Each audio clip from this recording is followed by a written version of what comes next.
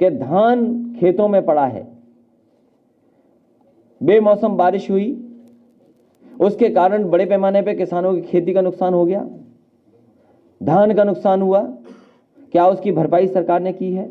सरकार ये बताए कि 4.5 साल से कौन सी टैबलेट दे रही थी कि आदरणीय हरेंद्र मलिक जी, पंकज मलिक जी के साथ बहुत बड़े पैमाने पे किसान और जो खेती करने वाले हैं मजबूत लोग समाजवादी पार्टी के साथ जुड़ रहे हैं। हमें पूरा भरोसा है कि आने वाले समय में इस सरकार को बदलने का काम करेंगे। जहां पर राजनीतिक स्ट्रेटजी बन रही है, ये उत्तर प्रदेश वो है जो राजनीति को दिशा देती है। और इस बार उत्तर प्रदेश की जनता ने मन बनाया है कि भारतीय जनता पार्टी को हटाने का काम करेंगे। जो सुनने में आता है केवल मनभेद नहीं है, वहां पर भारतीय जनता पार्टी में केवल मनभेद नहीं है, मतभेद भी है। और ऐसा मतभेद है कि दोनों जो इंजन हैं वो आपस में टकराए जा रहे हैं। सुना तो ये है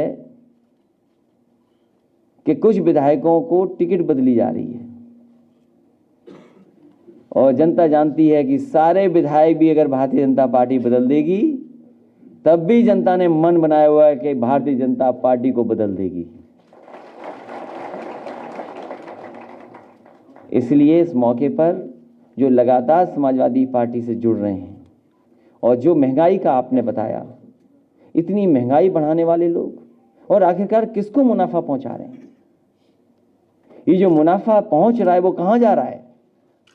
किसान डीजल खरीद रहा है, किसान बिजली का बिल दे रहा है, किसान को महंगी चीजें खरीदनी पड़ रही हैं और आखिरकार ये मुनाफा कहां जा रहा है? ये भारतीय जनता पार्टी किसानों की पार्टी नहीं है, ये बड़े लोगों की पार्टी है। वो लोग जो मुनाफे में खेलते हैं, वो जो सेंसेक्स का ऊपर नीचे उठना बैठना देखते हैं, ये पार्टी उन लोगों की है। और अगर अर्थव्यवस्था को कोई संभालता है तो वो हमारे किसान और गरीब संभालते हैं, क्योंकि अगर वो नहीं संभालेंगे तो आपकी देश की अर्थव्यवस्था नहीं बच सकती। इसलिए मैं सभी लोगों को बधाई देता हूं और शुभकामनाएं देता हूं और इस उम्मीद के साथ कि आने वाले समय में भारतीय जनता पार्टी का सफाया होगा। देश का सबसे बड़ा एक्सप्रेस वे अगर किसी ने बनाया है तो समाजवादी सरकार के से बनी है। कोई किसी जात धर्म का मानने वाला होगा, कोई किसी धर्म को मानने वाला होगा, कोई किसी जात का होगा, हाईवे पे चलेगा तो वो समाजवादी सरकार का हाईवे है। कम से कम एक ऐसा हाईवे बनाया है जिसमें सब जुड़ करके चल सकते हैं, सबके लिए वो हाईवे है। मंडियां बनानी चाहिए थी। आज कम से कम सरकार ये बताए कि धान खेतों में पड़ा है, बेमौसम बारिश हुई, उसके कारण बड़े पैमाने पे किसानों की खेती का नुकसान हो गया, धान का नुकसान हुआ। क्या उसकी भरपाई सरकार ने की है? और सरकार बताए कि धान को खरीदने के लिए कितने खरीद के केंद्र बनाए गए हैं और जो आय दोगुनी का वादा कर रहे थे, कम से कम 5 साल पूरे होने जा रहे हैं, ये तो बता दें कि किसानों की आय दोगुनी हुई है कि नहीं हुई है। और इस महंगाई में जो महंगाई बढ़ी है वो आज किसानों की आमदनी कितनी है, कम से कम सरकार यही बता दे।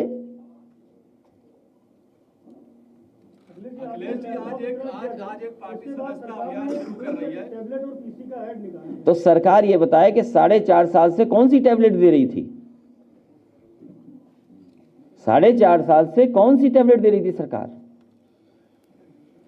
अखिलेश जी अभी अमित शाह जी ने ये कहा है कि कोरोना का काल हुआ, बाढ़ का समय जो आया, अखिलेश जी बाहर नहीं आए, वो अपनी विदेश यात्राओं का ब्यौरा दें। वो विदेश यात्राएं करते रहे, जनता के बीच में नहीं थे, जाति के क्वारंटीन थे अभी तक, अब क्वारंटीन से बाहर निकले हैं, इस तरह के शब्द बोले जा रहे हैं। पूरा भाषण हो गया कि नहीं हो गया अभी?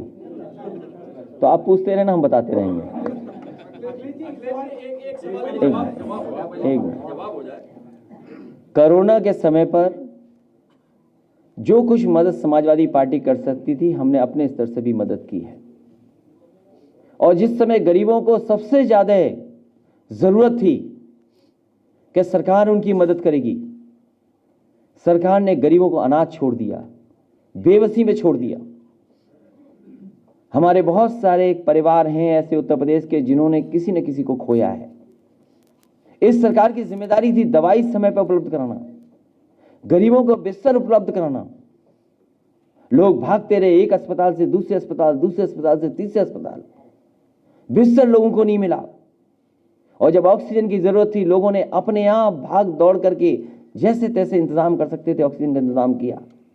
दुनिया में ऐसा कहीं नहीं हुआ होगा कि जहां पर इतने अनाथ लोग गरीब छोड़ दिए हो सरकार ने। और जितनी भी जाने गई हैं, अगर कोई जिम्मेदार है तो वो भारतीय जनता पार्टी जिम्मेदार है। कोरोना की वजह से जो लोगों की, गरीबों की जान गई है। और किसने वो तस्वीरें नहीं देखी? वो तस्वीरें गंगा के किनारे की, चाहे वो बक्सर हो, चाहे वो गाजीपुर हो, चाहे बनारस हो, चाहे उन्नाव हो, चाहे कन्नौज हो। वो तस्वीरें जो देखी, लाशें ऐसी ही पड़ी थी। आखिरकार कौन जिम्मेदार था उनके लिए? और आप तो पत्रकार साथी हैं, जब यहां पर दाह संस्कार होता था, लोग देख लें, आप तस्वीर न खींच लें, तो वो सरकार बताओ कौन सी सरकार थी जिसने टीन शेड लगाई थी? सरकार में समाजवादी पार्टी नहीं है, सरकार भारतीय जनता पार्टी की है। जो लोग ये कह रहे हैं, उन्होंने दिल्ली में भी देखा होगा कितनी जाने गई हैं।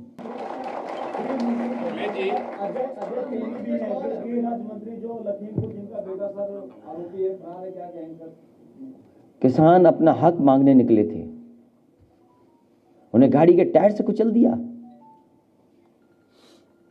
और फिर कानून को कुचलने का काम कर रहे थे टायरों से। किसने नहीं देखा वो तस्वीरें कि किसने लोगों को उकसाया? और फिर कौन उम्मीद करेगा कि जब एक मंच पर इतने लोग बैठे हों तो क्या न्याय मिलेगा? लेकिन किसान ने भी ठाना इस बार, दिल्ली के किनारे से लेकर के उत्तर प्रदेश के आखिरी छोर तक किसान ने भी संकल्प लिया है कि इस बार भारतीय जनता पार्टी का सफाया होगा। भारतीय जनता पार्टी उत्तर प्रदेश से हार करके जाएगी।